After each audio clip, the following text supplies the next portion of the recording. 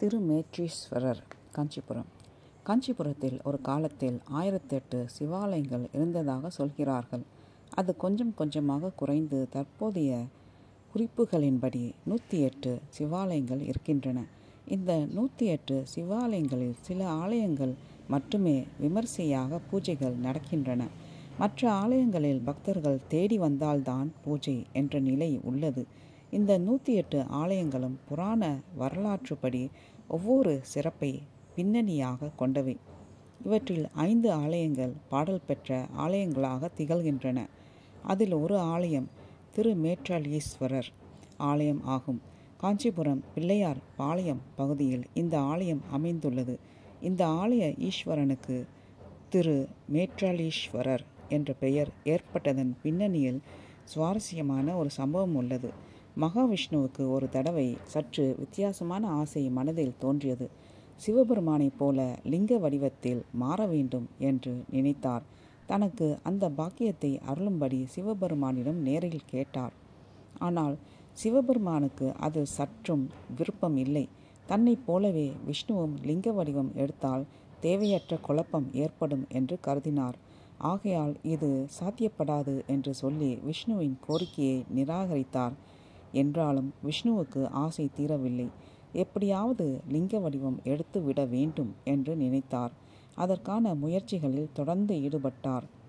சிவபெருமானின் அருளை பெற வேண்டுமானால் தவம் இருக்க வேண்டும் என்று எழுதப்படாத விதி இருக்கிறது என்பது எல்லோருக்கும் தெரியும். எனவே தவம் இருந்து சிவபெருமான் ஒத்துழைப்பை பெற தீர்மானித்தார். அதன்படி ஒற்றை காலில் நின்றபடி தவம் செய்ய தொடங்கிவிட்டார். காலங்கள் ஓடின. மகாவிஷ்ணுவின் மன உறுதியை கண்டு சிவபெருமான் மனம் இறங்கினார். விஷ்ணுவிடம் தவத்தை கைவிடுமாறு கேட்டுக்கொண்டார். அதற்கு விஷ்ணு, நான் லிங்க வடிவம் எடுக்க சம்மதித்தால் தவத்தை கைவிடுகிறேன் என்றார்.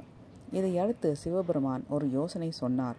காஞ்சிபுரத்தில் மேற்கு நோக்கி நான் ஒரு இடத்தில் வீற்றிருக்கிறேன். அங்கு சென்று வழிபட்டால் லிங்க வடிவம் கிடைக்கும் என்று தெரிவித்தார். அதன்படி மகாவிஷ்ணு காஞ்சிபுரத்துக்கு வந்தார். சிவபெருமான் மேற்கு திசை நோக்கி அருள் புரியும் ஆலயத்தை எளிதில் கண்டுபிடித்தார். அங்கு தவம் இருந்து வழிபாடுகளை செய்ய தொடங்கினார். தினமும் அங்குள்ள வேகவதி நதியில் நீராடி ஒற்றை காலில் நின்றபடி தவம் மேற்கொண்டு சிவபெருமானை வழிபட்டு வந்தார். அந்த சமயத்தில் திரு ஞானசம்பந்தர் தொண்டை மண்டலத்தில் சிவதல யாத்திரை மேற்கொண்டு இருந்தார்.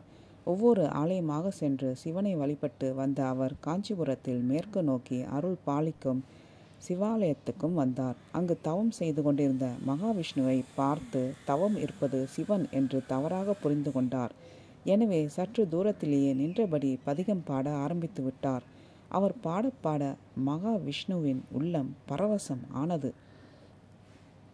திரு ஞானசம்பந்தர் பாடல் வரிகளில் விஷ்ணு மனதை பறிகொடுத்தார். ஒரு கட்டத்தில் உள்ளம் உருகினார். இதன் காரணமாக அவரது வடிவமும் உருகத் தொடங்கியது. பாதம் வரையில் உருகிய போது திரு ஞானசம்பந்தரின் பதிகம் பாடல் நிறைவு பெற்று இருந்தது. அதாவது பதிகம் நிறைவு பெறுவதற்கு முன்பே பாதம் மட்டுமே வெளியில் தெரியும்படி அவரது வடிவம் உருகியது, நின்று போனது. சம்பந்தர் பாடலில் உருகி வடிவத்தை மாற்றிய விஷ்ணுவின் உடல் லிங்க வடிவம் பெற்று இருந்தது. தற்போதும் திருமேற்றளீஸ்வரர் ஆலய கருவறையில் இந்த லிங்கத்தை காணலாம். அந்த லிங்கம் முன்பு மகாவிஷ்ணுவின் பாதம் இருப்பதையும் காணலாம். திரு ஞான சம்பந்தரின் பாடலுக்கு உருகியவர் என்பதால் அந்த தலத்து ஈஸ்வரனுக்கு ஓத உருகீஸ்வரர் என்ற பெயர் ஏற்பட்டது. அப்படியானால் திருமேற்றளீஸ்வரர் என்ற பெயர் எப்படி வந்தது என்று நீங்கள் நினைக்கலாம். விஷ்ணு தவம் இருந்து சிவ உருவம் பெற்ற இந்த தலத்தில் மூல ஈஸ்வரன் சுயம்பு மூர்த்தியாக மேற்கு நோக்கி அருள் பாலிக்கிறார். சிவன் மேற்கு நோக்கி இருப்பதால் அவருக்கு திருமேற்றளீஸ்வரர் என்ற பெயர் ஏற்பட்டது. அதாவது மேற்கு பார்த்த தளி என்றும் சொல்வார்கள். தளி என்றால் ஆலயம். மேற்கு பார்த்த சிவாலயத்துக்கு அதி அற்புதமான மகிமைகள் உண்டு. ஒரு மேற்கு பார்த்த சிவாலயத்தை வழிபட்டால் 100 சிவாலயங்களை வழிபட்ட புண்ணியம் கிடைக்கும் என்று சொல்வார்கள். இந்த ஆலயத்தில் திருமேற்றளீஸ்வரரே பிரதானமானவர் என்றாலும் கோவிலில் ராஜகோபுரமும் பிரதான வாசலும் ஓத உருகீஸ்வரருக்கே உள்ளது. அவருக்கு நேர்தான் பிரதான நந்தியும் அமைக்கப்பட்டுள்ளது. எனவே பிரதோஷ வழிபாடுகளும் அந்த நந்திக்குத்தான் செய்யப்படுகிறது. இந்த தலத்தில் 2 தனித்தனி மூலஸ்தானத்தில் சிவபெருமான் அருளாட்சி செய்து வருகிறார். திரு மேற்றலீஸ்வரர் என்ற பெயரில் ஒரு மூலஸ்தானத்திலும், ஓதகுருகீஸ்வரர் என்ற பெயரில் மற்றொரு மூலஸ்தானத்திலும் இருக்கிறார்.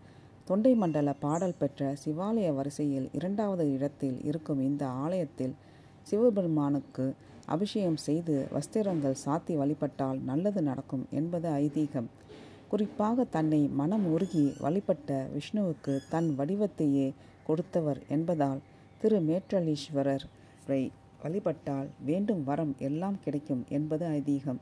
மேலும் இந்த தலத்தில் வழிபடும் மாணவர்கள் கல்வியில் சிறந்து திகழ வழிவகை ஏற்படும் என்றும் குறிப்புகள் உள்ளன. புதன் இந்த தலத்தில் வந்து வழிபட்டு பல்வேறு சிறப்புகளை பெற்றுள்ளார். இந்த ஆலயம் அமைந்துள்ள தெருவில் உற்று கேட்ட முத்தீசர் என்ற ஆலயமும் உள்ளது. திருஞான சம்பந்தர் பதிகம் பாடிய போது விஷ்ணு மனம் உருகி உடலும் உருக தொடங்கினார். இதை அறிந்த சிவபெருமான் அந்த பதிகத்தின் சிறப்பை அறிந்து கொள்வதற்காக யாரும் அறியாத வண்ணம் அங்கு நின்று அந்த பதிகத்தை உற்று கேட்டாராம். எனவே அந்த ஈஸ்வரனுக்கு உற்று கேட்ட முத்தீசர் என்ற பெயர் ஏற்பட்டுள்ளது. காஞ்சிபுரம் பிள்ளையார் பாளையத்தில் உள்ள இந்த ஆலயத்துக்கு சென்றால் வித்தியாசமான பெயர்கள் கொண்ட 3 சிவபெருமானை வழிபட்டு வரலாம்.